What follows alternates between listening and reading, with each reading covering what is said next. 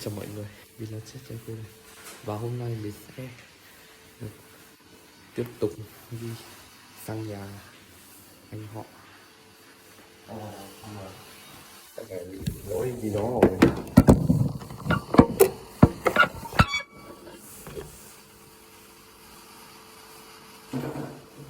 Rồi, không ổn lắm. Anh chỉnh cái tivi xem.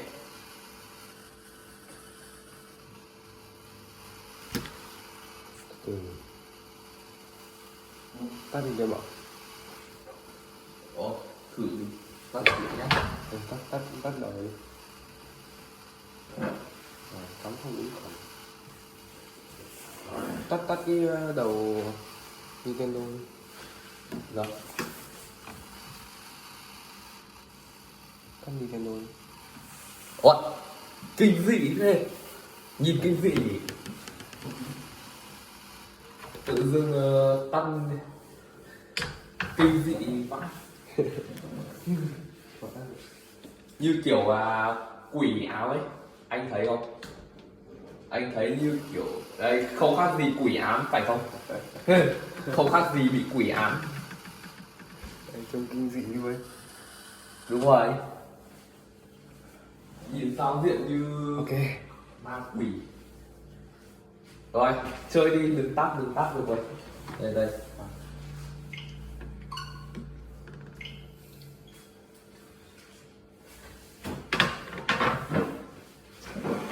Rồi.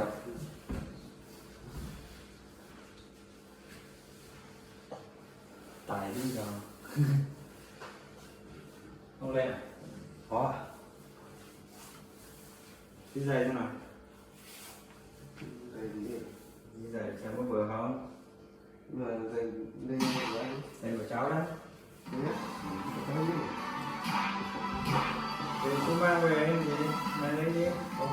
Như vừa mang về. Nó quá. Rồi, đăng tí.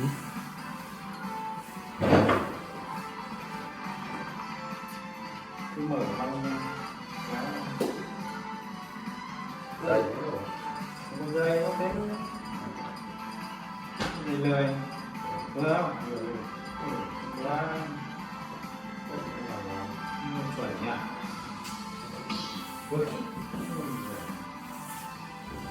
Thích không? Em được không?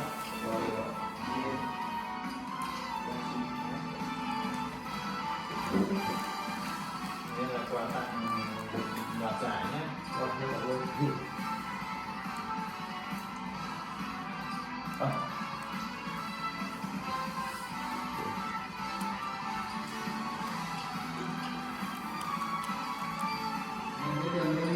Loan về.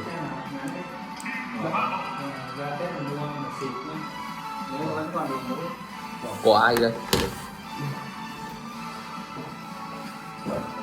Ai còn nhớ hết chơi không? Có. Vẫn nhân vật đấy à? Được. Giờ anh chỉnh tên đi. Anh Sơn.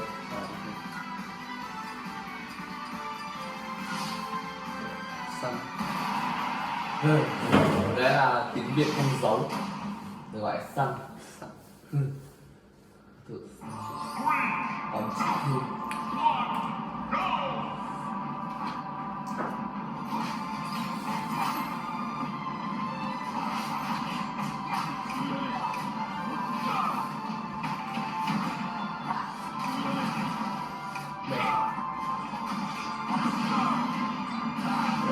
Chết xong mình được. Nó chết, anh chơi luôn. Em còn sống lại. Khi nào cái điều khiển nó hết pin thì lại nhét vào kia nhá. Dạ, cắm vào đấy. Cắm vào cái máy Nintendo ấy, thì đưa cắm vào cái loa pin sạc.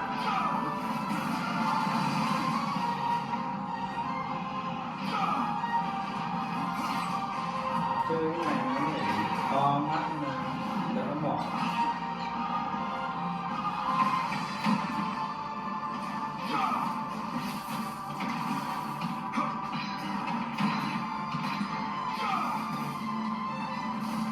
Chơi đi.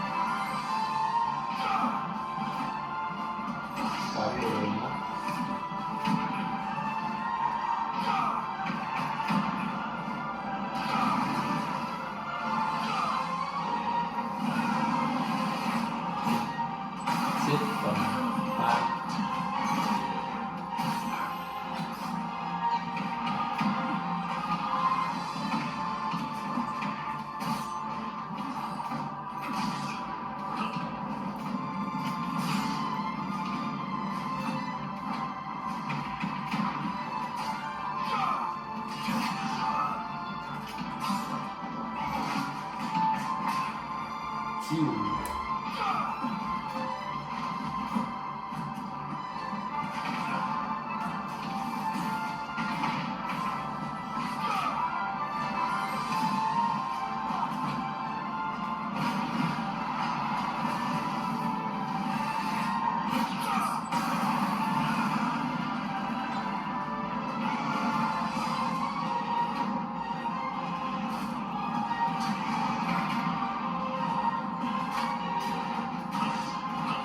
แอปชื่ออะไรครับ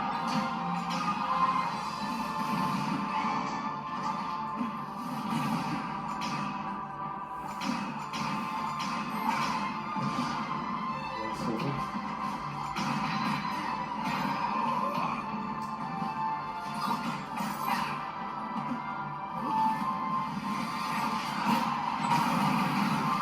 เฮ้ยไปเลย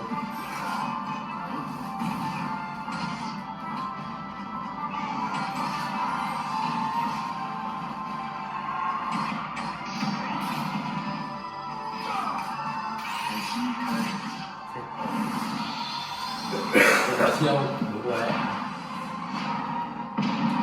nổi tung hành tinh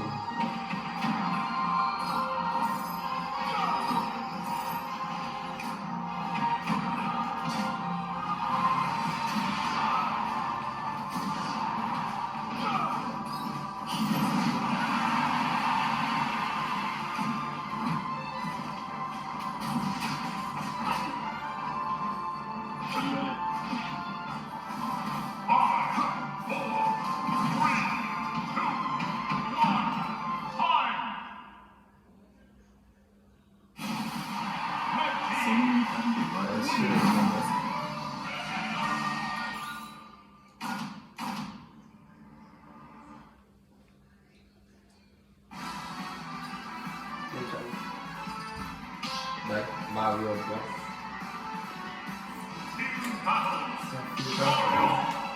đã là người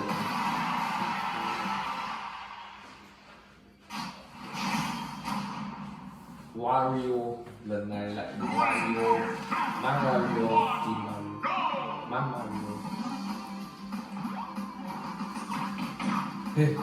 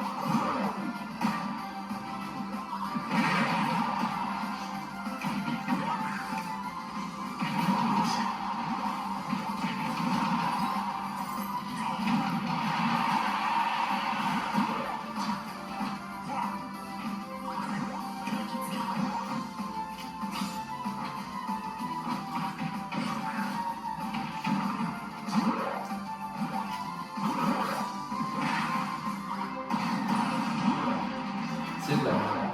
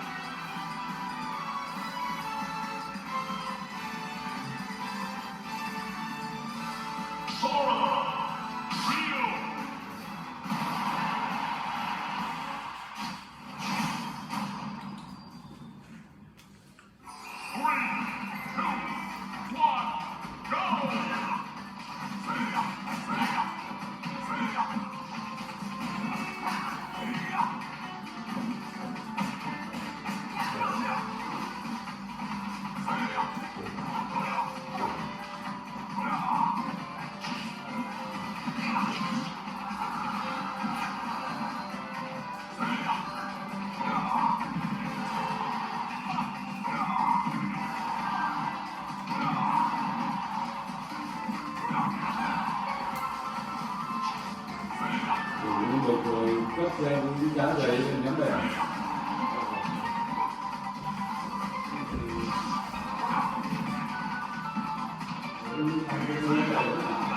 Dạ.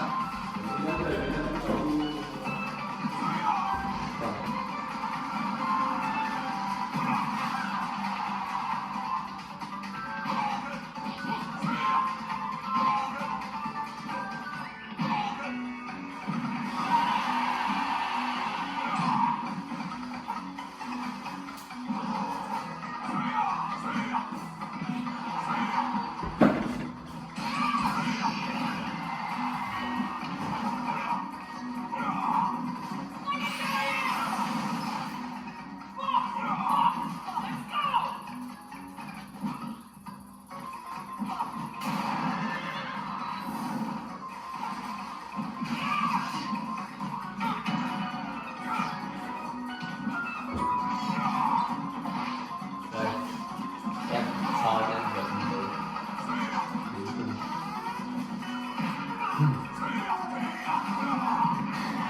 Đây là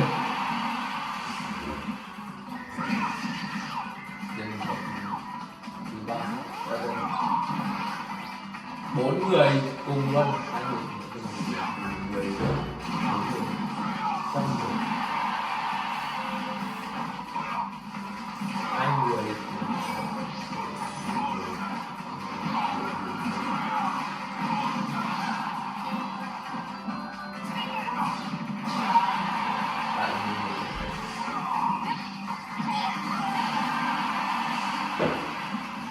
sẽ bị chết luôn, chết liền.